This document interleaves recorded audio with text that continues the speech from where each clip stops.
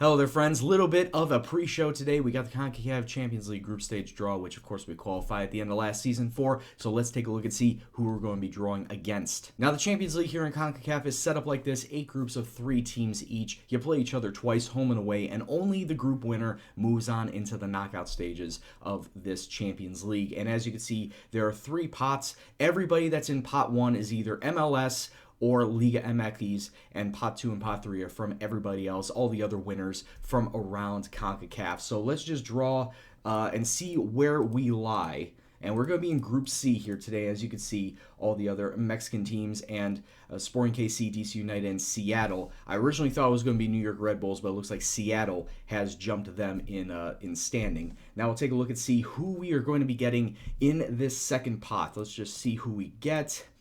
Motagua. Motagua is from Honduras, so I don't know anything about them. They could be good, they could be bad. I have no idea. And you can see here, Toronto is just, hanging out down here. They were in the second pot, so I don't know exactly where they're supposed to be going. We're going to be taking on then Quintana. Quintana's from Puerto Rico, so they must be the Puerto Rican champions. That's about it. Toronto's actually going to be down here with Ahahuense. I butchered that. And Club America, the big team out of Mexico. They're probably going to be the winners there. But yeah, we get Motagua and Quintana, and honestly, that should be an easy group for us to get out of. But that may be for another episode. For now, let's just get a start to this one.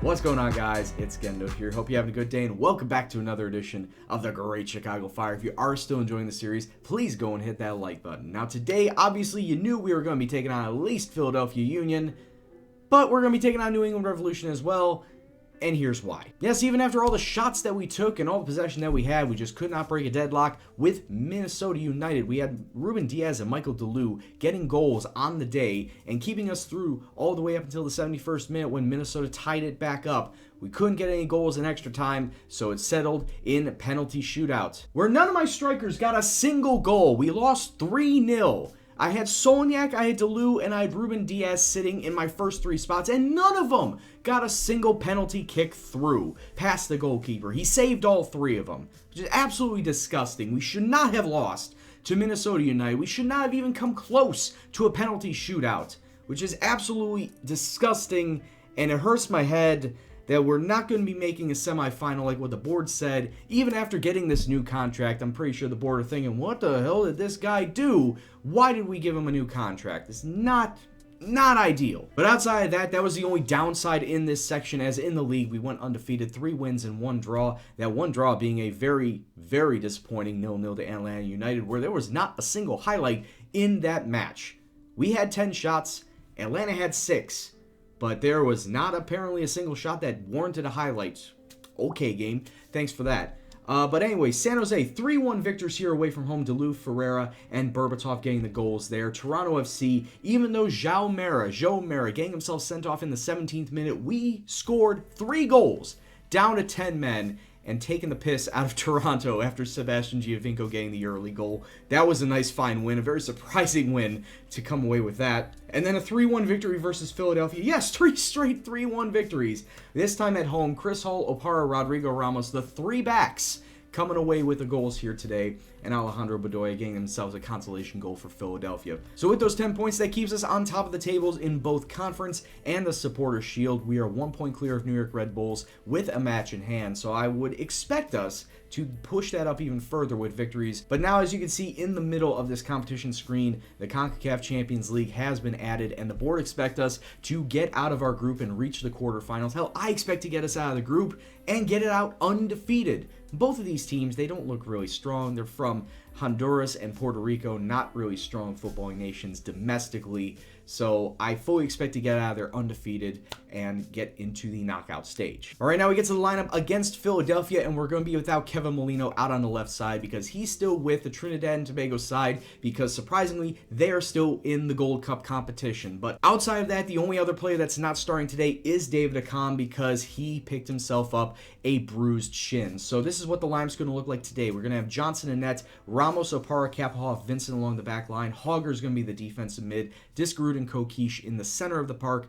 Alvarez and Solignac is going to be on the wing today, and Dimitar Berbatov sitting up front because we need to give Delu a bit of a rest. So this is how we're going to go against next to last place Philadelphia, and hopefully we can come away with the 3 points. And I don't want to put the entire blame on the Gold Cup for that draw versus Atlanta United, but I'm just saying I had 4 players out that were starting in my starting 11. There's just not a lot been going on in this match. 25 minutes gone, and this is the very first highlight. And it's a really bad highlight at that. 32 minutes on now. Berbatov with the ball gets it through to Solignac, takes a shot. It's wide. Solignac find the back of that net. That was a horrible, horrible chance. Out to Alvarez. He just needs to find Ramos on the wing. Ramos can run. Ramos can cross. But if he just puts it into the back of the net, that's going to be an own goal. Berbatov did not get there in time. Teixeira is the goal scorer on the day, and we got ourselves a 1-0 lead. Ramos is an accomplished crosser of the ball, so I'm pretty sure Berbatov would have gotten there given time, but that ball just bounced off the inside of the foot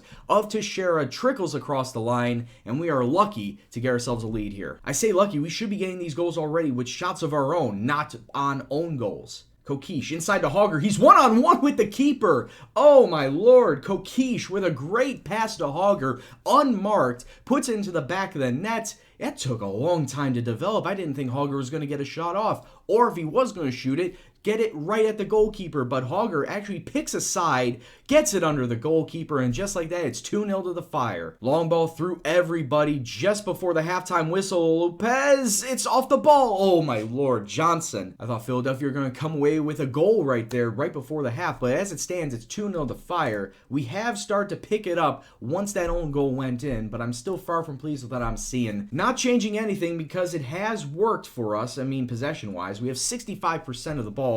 Now we just need to turn that into shots on target. Kokish to Berbatov, out to Alvarez, taking a wild shot. No reason for that at all. 76 minutes on now, and we have all 3 strikers out on the pitch, but not in the 3-headed monster formation we got. We got 1 striker up top and 2 attacking mids behind them. Solignac out to Vincent, has a couple of white shirts in the box if he can just find a cross through, but just can't get it through that Philadelphia backline mix to Kokish. Still on the attack though. Solignac that was supposed to be to Berbatov, but it didn't end up at like it. 2 minutes of stoppage time on the clock have pretty much come and gone. There's not going to be any more attacks. Well, Delu taking a crack at the top of the D, but it doesn't really matter at the end. It's 2-0 to the Fire as we come away with all 3 points on the day. That really was a bit of a let-off. We didn't play well at all. We need to do a lot better with our chances. I mean, I just give this guy a contract, and now he's out 4 to 5 weeks in the ab strain. Great. Right, second match of the day, also away from home, and this lineup we're going to use Johnson in net, Ramos, Mera, Opara, Vincent along the back line, Ferreira's the defensive mid today, with Hogger and Mix sitting in front of him. The wingers,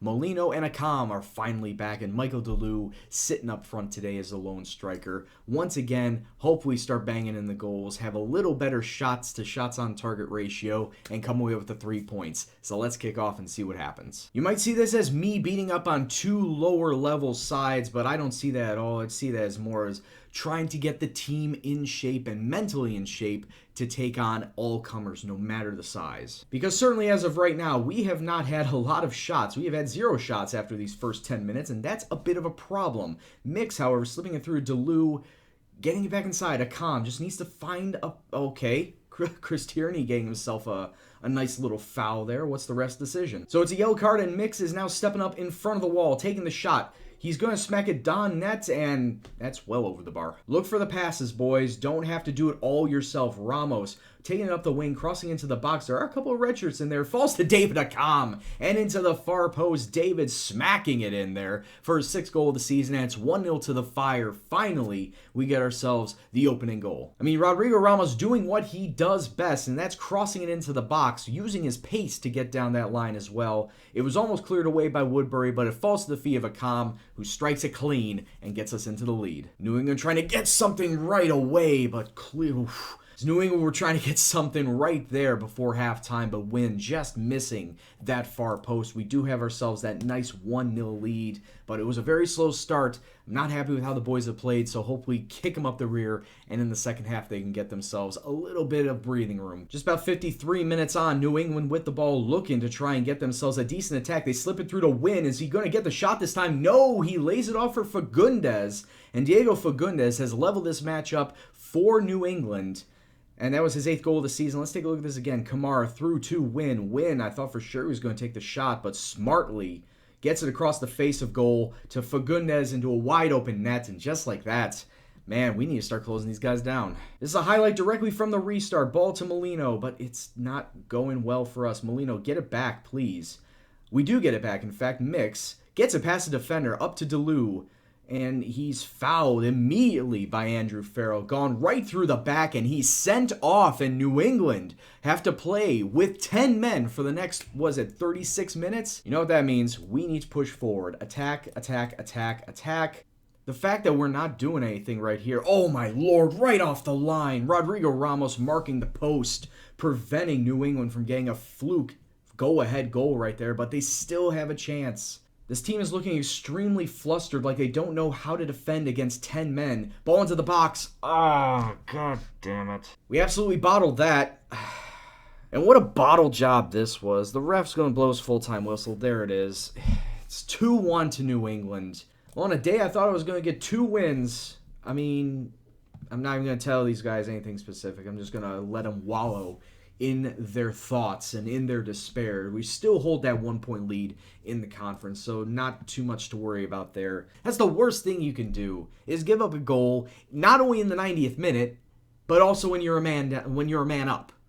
It's the worst thing they could do, and I thought defensively we could have had this held down and a lot better than what we just saw.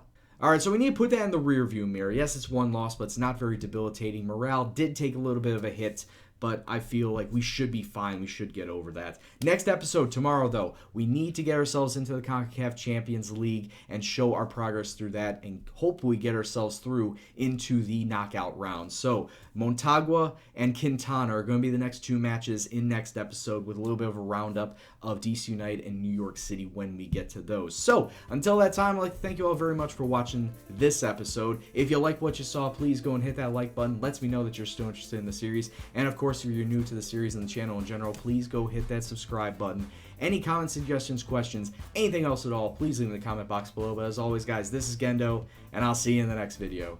Take care, and peace out.